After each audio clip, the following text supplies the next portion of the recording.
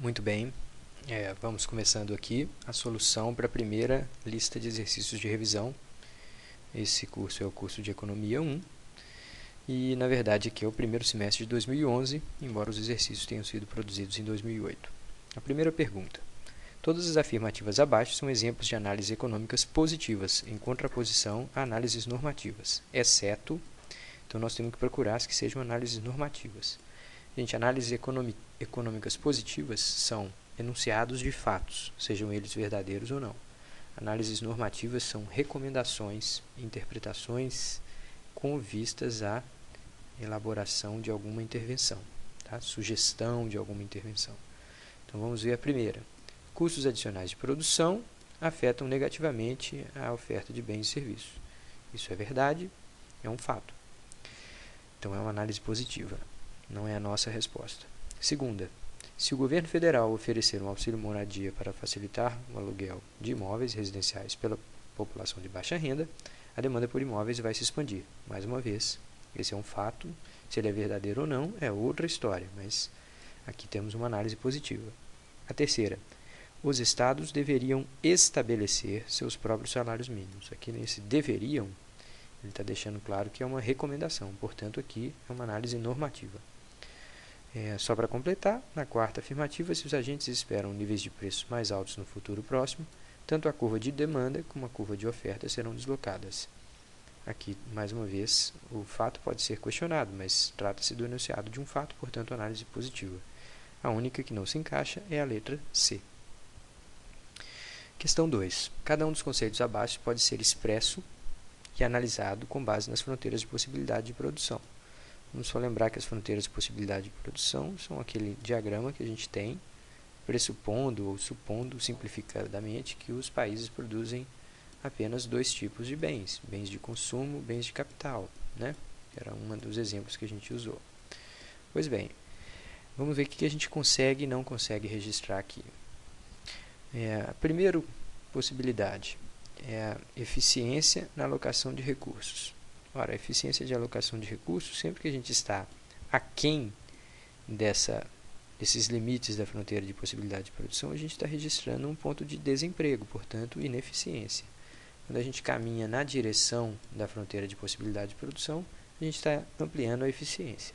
Então, esse, de fato, é um conceito que pode ser representado na FPP. A segunda, a lei da demanda. Opa, peraí, a lei da demanda é preços e quantidades.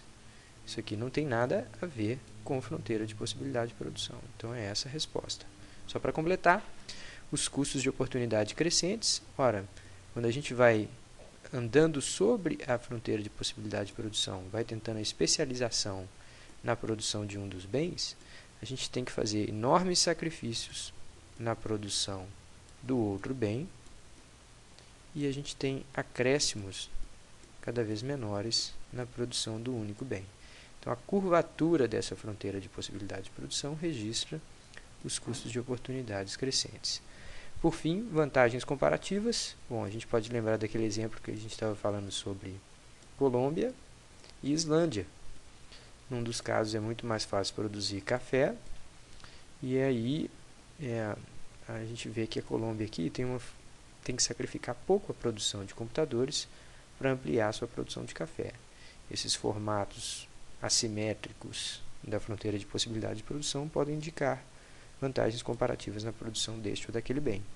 Portanto, a resposta é a letra B, que a lei da demanda não pode ser registrada nesse diagrama. Vamos para o próximo. A questão 3. O segmento da ciência econômica que examina o funcionamento de indústrias ou setores individuais e o comportamento de cada unidade tomadora de decisão, consumidores, empresas, agências reguladoras, Bom, aqui a gente vai reconhecer aqui que o conceito-chave que está sendo falado é o comportamento individual de tomadores de decisão. Isso é o que caracteriza principalmente a microeconomia. Então, a resposta é a letra D. Vamos para a questão 4. Em qual das questões abaixo o conceito de custo de oportunidades crescentes pode ser mais facilmente empregado? Então, a gente vai descrever primeiro o que são esses custos de oportunidade crescente. Quando a gente tenta a especialização, ou seja, alocar mais e mais recursos apenas na produção de um bem, chega um ponto em que a gente tem sacrifícios excessivos nos setores alternativos e ganhos cada vez menores na expansão daquele setor desejado. Então é como se a gente estivesse empregando neurocirurgiões para trabalho de jardinagem. A gente já está tirando dali de dentro do hospital, por exemplo, pessoas que poderiam ser empregadas relativamente produtivas dentro da área de jardinagem. Mas na hora que a gente tira recursos muito específicos daquele outro setor, a gente acaba tendo sacrifícios grandes dentro do hospital, sem que o número de jardins empregados seria grande demais. Pois bem, a primeira alternativa: é mais fácil elevar sua nota em um determinado curso de 65 para 70 do que de 90 para 95. Essa afirmativa é uma boa candidata para ser exemplo de curso de oportunidade crescente. Por quê? Ora, porque quando você está estudando e seu objetivo é elevar seu desempenho de 65 para 70, às vezes até uma meia hora a mais de estudo, uma realização de alguns poucos exercícios a mais pode ter esse efeito. Já de 90 para 95, a gente já está falando de alunos que se dedicam muito para uma determinada disciplina. E aí, de elevar seu desempenho de 90 para 95 pode ser comprometer talvez a 9ª ou a 10ª hora de dedicação no seu dia. Portanto, ele já está especializado, digamos assim, em usar a maior parte do seu tempo para estudar. E aí o custo da 9ª ou da 10ª hora é relativamente mais alto, no sentido de que ele tem que abrir mão ainda mais de coisas importantes. Então, esse é provavelmente a resposta. Mas vamos certificar-nos olhando as outras. A questão B. Pilotos ficam mais habilidosos com a prática no passar dos anos. Ora, isso é verdade, mas isso daqui tem um sentido oposto do custo de oportunidade crescente. Aqui a gente observa que fica relativamente mais fácil conduzir bem um veículo ou um avião para pilotos mais experientes. A ideia vai oposta ao sentido de oportunidades, custos de oportunidades crescentes. Na letra C, o preço de equipamentos de alta tecnologia costumam ser relativamente alto no momento em que são introduzidos no mercado. Ora, esse fato se deve mais à enorme dificuldade que se tem para gerar um primeiro protótipo de qualquer produto novo do que, de fato, de uma super especialização na produção de algum bem. Aqui a questão tem muito mais a ver com a escala que está sendo empregada para a preparação dos bens do que com uma especialização excessiva que teria custos de oportunidades crescentes. Então, também não é essa a questão. E a letra D, o custo de se obter uma educação superior é precisamente o quanto o aluno paga em matrículas, taxas, mensalidades e livros. Ora, aqui é uma descrição equivocada do que seriam custos de oportunidades. Custos de oportunidades diria que o custo dessa educação superior, na verdade, é maior do que apenas o que foi pago.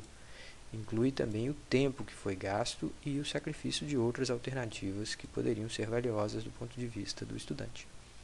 Então, a resposta para a questão 4 é a letra A. Vamos para a questão 5. Suponha que uma das refinarias de petróleo do Iraque tenha sido destruída nos momentos que antecederam a invasão americana e que a economia trabalhasse em pleno emprego dos fatores até aquele momento. No diagrama das fronteiras de possibilidade de produção, a destruição da refinaria seria representada como? Ora, vamos usar aqui um gráfico rapidamente, só para registrar isso. A gente tem aqui uma fronteira de possibilidade de produção anterior ao bombardeio, digamos aqui, dessa refinaria. Quando essa refinaria é perdida, seja petróleo, seja alimento ou qualquer outro produto, essa economia perdeu uma parte dos seus recursos. Ela vai ter que reinvestir pessoas, recursos financeiros, para recuperar sua capacidade produtiva. Então, a gente vê um deslocamento da fronteira de possibilidade de produção para baixo. É o efeito contrário ao que teríamos, por exemplo, com o crescimento da população. Na medida que a população de um país cresce, a tendência é que a sua fronteira de possibilidade de produção se desloque para a direita. Muito bem. Então, vamos para a questão 6 agora. Num gráfico da FPP, se a taxa de desemprego brasileira caiu de 11% para 9,8%, a mudança na economia será representada por A. Um deslocamento em sentido oposto ao da FPP em direção à origem do gráfico. B. Deslocamento em direção à FPP. C, deslocamento ao longo da FPP. E D, o ponto em que a economia se encontra na FPP não será alterado com mudança. Vamos registrar mais uma vez ela aqui e lembrar que se há desemprego, nós estamos aquém da fronteira de possibilidade de produção. Então, vamos marcar aqui um ponto. O exemplo aqui diz que a taxa de desemprego cai de 11 para 9,8. Com isso, a gente está empregando mais recursos que, de outra forma, estariam ociosos. Então, a gente está indo em direção a um nível de eficiência superior. Então, um deslocamento em direção à FPP. Questão 7. Durante todos os seus anos de faculdade, você praticamente sobreviveu comendo apenas aqueles macarrões instantâneos, Nissin miojo ou algo parecido. Agora, graduado, teu salário mensal é de R$ 3.500 e você espera nunca mais ter que olhar para um prato daqueles. Você considera aquele um bem normal, bem complementar, bem de luxo ou bem inferior. Ora, gente, aqui, na medida que sua renda aumenta, você gostaria de ficar livre deste bem, né? É a mesma coisa que acontece com cerveja vagabunda, com papel higiênico vagabundo. Na medida que a gente tem mais recursos, a gente gostaria de se ver livre daqueles bens. Portanto, são bens inferiores. E nesse caso aqui, o indivíduo considera que o macarrão instantâneo também é um bem inferior. Resposta letra D. Questão 8. Empresas que dependem do cobre como insumo para a produção de equipamentos eletrônicos esperam um expressivo aumento de preço nos próximos trimestres. Tudo mais constante, isso causará na demanda por cobre hoje, resultando em um blá blá blá no preço de equilíbrio do cobre já nas próximas semanas. Ora, vamos colocar aqui num diagrama de demanda e oferta. A gente vai colocar aqui preços, quantidades, a curva de oferta e a curva de demanda. Quem que a gente está discutindo nessa questão? A gente está discutindo as empresas que dependem do cobre como insumo, portanto, eles são demandantes de insumo. Tá? Se esse pessoal espera que o cobre vai subir de preço, um expressivo aumento de preço nos próximos trimestres, o que eles fazem? Eles tentam comprar agora e estocar. Com isso, já hoje, a tendência é que a demanda se desloque para a direita, de D0 para D1. Se esse é o caso, o preço de equilíbrio que antes era aqui, ele passa a ser aqui, em cima. Então, o que a gente vê é que a expectativa de elevação do preço faz com que ele já eleve, na medida que as pessoas reagem a essa expectativa, né? Tá, então, é um aumento na demanda hoje, resultando em um aumento no preço do equilíbrio já nas próximas semanas. A resposta é a letra A. Bom, esse vídeo vai completando aqui aproximadamente 14 minutos. Eu acho que dá tempo de fazer mais uma antes de interrompermos. Qual dos impactos abaixo é mais provável de ocorrer se houver um aumento na oferta e uma redução na demanda por aparelhos televisores tradicionais? Ora, vamos registrar aqui rapidamente no diagrama de demanda e oferta. É uma queda na demanda e uma queda na oferta. Vamos ver. Em primeiro lugar, a gente tem aqui a curva de oferta e aqui a gente tem a curva de demanda. Uma retração na demanda é um deslocamento para a esquerda. Uma retração na oferta também é um deslocamento para a esquerda. Perceba que dependendo de qual deslocamento foi maior, o preço pode subir ou cair. Mas o que é certo nesse caso é que ambas mudanças tendem a fazer quantidades ser menores. Portanto, nós estamos com certeza, o impacto mais provável é uma queda na quantidade de equilíbrio, letra B. Bom, agora a gente interrompe e logo a gente retoma com mais um desses vídeos.